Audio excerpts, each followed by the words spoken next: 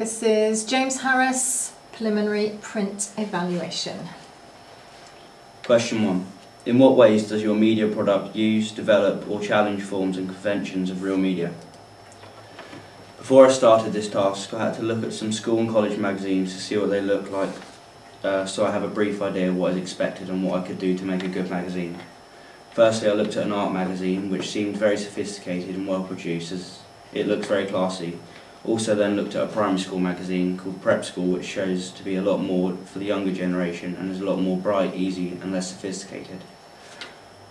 On the masthead for the younger generation, On the masthead we have a title for the magazine which is called Arty. This is in bold writing which stands out as it is the biggest font on the page.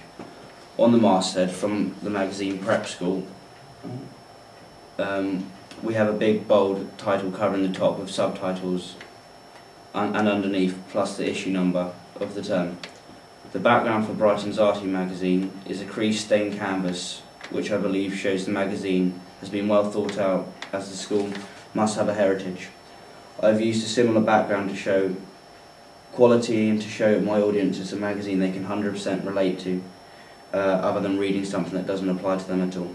The Prep School magazine has a large photo covering the whole page with the colour scheme of red as their background.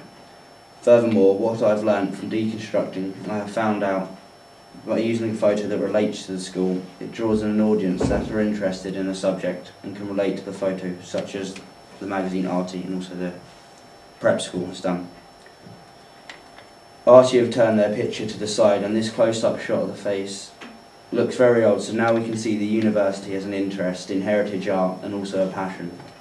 The colours are a big issue to consider when producing the magazine and normally relate to the school's colours, but in this case it is shown to give the impression of an old-style magazine expressing heritage. The magazine Prep School has a large photo which is a medium shot of the children who attended school, dressed in uniform, looking very mature and well educated. From the colour used, we also know that red is a main colour of their school, as the children's ties are red and also the doors are red. After deconstructing the two, I went on to make my own front cover, using the skills I've learned and applied them to mine. Firstly, I've used parchment paper effect to show my audience that my magazine is sophisticated, but not too intense with words in the magazine.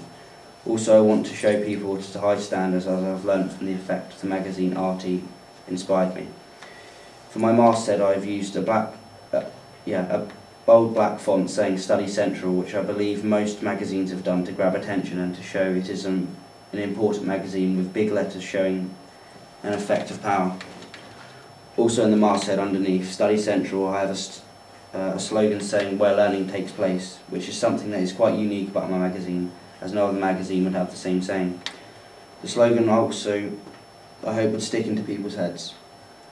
I also have a Twitter account people can follow to get news updates, and I thought this was a good idea because of the social networking site. There are 500 million users, which means there are a fair few must have it who buy it.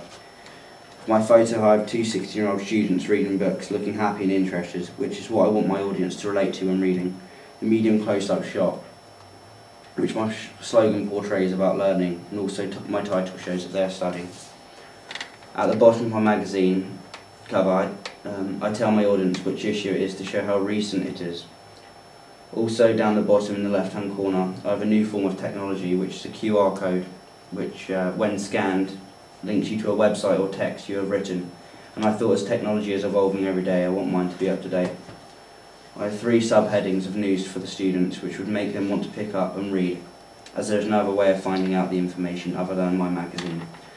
The subheadings, I think, are very effective because they give a sneak preview of what's inside.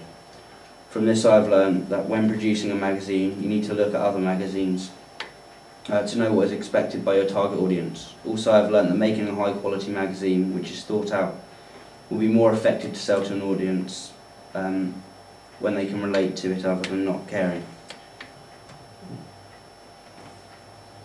Question 2. How does your media product represent particular social groups? Firstly, the picture is of two 16-year-old students reading books, which aims at who my target audience is, so this then relates to them. I have a medium close-up of a white female and a white male who portray an average student reading a book and smiling to show enjoyment. It shows the two students learning together, which may encourage my readers to do so as well. The students' clothes are both very casual, and we can see they are very lax, which also we can tell this by the way they are both sitting, such as the boy on his front and the girl on their front in a comfortable pose. I've used a boy and a girl to show equal rights to education. The two students look very mature, and why I use this photo is because I wanted my audience to follow this trend and not think learning is just for A-star students. Question 3. What kind of media institution might distribute your product and why? First of all, I looked at media institutions that produce high quality products for companies. The companies produce very sophisticated, well put together magazines with a high production value. The company EMAP is a media company that publishes magazines, broadcasts radios and develops TV and interactive media. From looking at their products, they have their service for businesses, trades such as nursing homes, construction news, lighting and other essential trades. All of these have one purpose and one topic to focus on, and that is the business. Whereas my magazine covers all different topics and subjects because mine focused on studying for all students. From looking at EMAP and seeing what they offer, I've come to the conclusion that EMAP could possibly produce my magazine, as mine is a good standard, plus mine is in the right kind of range magazines they produce, as mine is to do with learning and mine focuses on one topic, school. Secondly, I've looked at the company Bauer, which is another media company offering the same services as EMAP. Bauer produces magazines at a very high standard that reach out to the public, such as producing Kerrang, Mojo, Empire, Q. From looking at this, I can see that Bauer produce magazines for people's hobbies and interests, also for enjoyment purposes.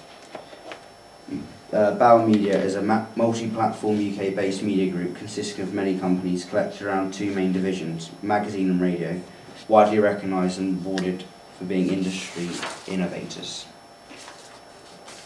From what I've learned about Bauer, my magazine wouldn't be published by them, as mine is about learning and educational needs.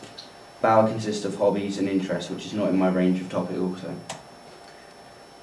I've looked at the company IPC, which is a media institute which produces a varied range of magazines, including Nuts, NME, Motorboat, Homes and Garden, also a range of TV magazines. The magazines are hard to judge, as some are very high standards, such as 25 Beautiful Homes, in comparison to what's on TV. The magazines all seem to have a well-known name and are average price. I believe IPC are interested in magazines that refer to people's interests, such as photographing, fishing, cycling, which can also be hobbies or jobs, for instance. With more than 60 iconic media brands, as the UK's leading consumer magazine publisher, they engage with 26 million adults, almost 2/3 of UK women and 42% of UK men. Their award-winning portfolio of websites reaches over 25 million users globally every month. There isn't a possibility for IPC publishing my magazine because mine focuses on studying and school, such as theirs focus on adults, not students, so my magazine would be out of range for their product and age group. Question 4. Who would your media audience be for your media products? For my magazine, my audience would be for the years 16 to 19, such as people in college and sixth form, as inside it relates to the students taking further education with their studies. I want to encourage my audience to take school seriously with my magazine of ways to get them involved in a fun and educational way. By using my teenagers on my front cover, it attracts the same age group as students can relate to this. Plus, I want my impression to come off as getting the students involved in school more by motivating them to read the magazine. Question 5. How did you address your audience? I'm attracting my audience by making the magazine appeal to the students by using my subheadings which draw people in to read the magazine. By putting snippets of information on the front cover, it will make people want to pick up and read it, because it will be an interest of theirs, and by putting something for them to look forward to when reading makes it a lot more exciting to read. Using my photo, I believe, attracts an audience of the same group, which benefits my product as well as I get the message to the right people. Using the right font for my masthead, I think, is essential to address my audience with a formal and good-looking title, as a tacky one wouldn't suit the message I propose. Also, I think by using a catchy slogan such as "Where Learning Takes Place" attracts an audience who use learning to their ability with the magazine.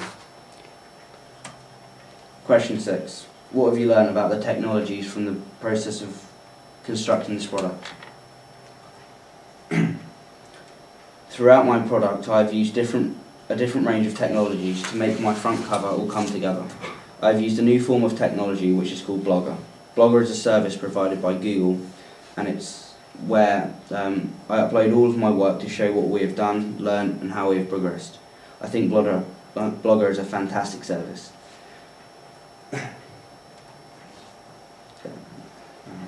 Technologies I've also used are a digital camera, which was used to take my photos for the front cover, and also other photos from what I had to decide to take. I've used the snipping tool to cut down images from websites which may not allow me to copy, or if I want a specific part of the image. I've used Word documents a lot as I plan a lot of my work, and it's the simplest form of jotting ideas down. A main component I've used for my final product is Adobe Photoshop. This is an amazing program as it allows you to have many different layers to put onto a magazine, such as having a background, then a photo on top, then a masthead, and even more when and as you need it. It makes it easy to produce a magazine at a high quality. Adobe allows you to crop images and get rid of certain parts by using the magic wand, which is really helpful. An incredible website, what I've used is dafont.com, that I use for both titles for my masthead. It allows you to choose over thousands of different fonts to suit your needs, so there is one to suit every different category. I've been trying out a website called Prezi, which is a really funky new technology which is going to overtake PowerPoint in the future, as Prezi is really high quality and a different technology. I'll extend my project by using that in the upcoming projects.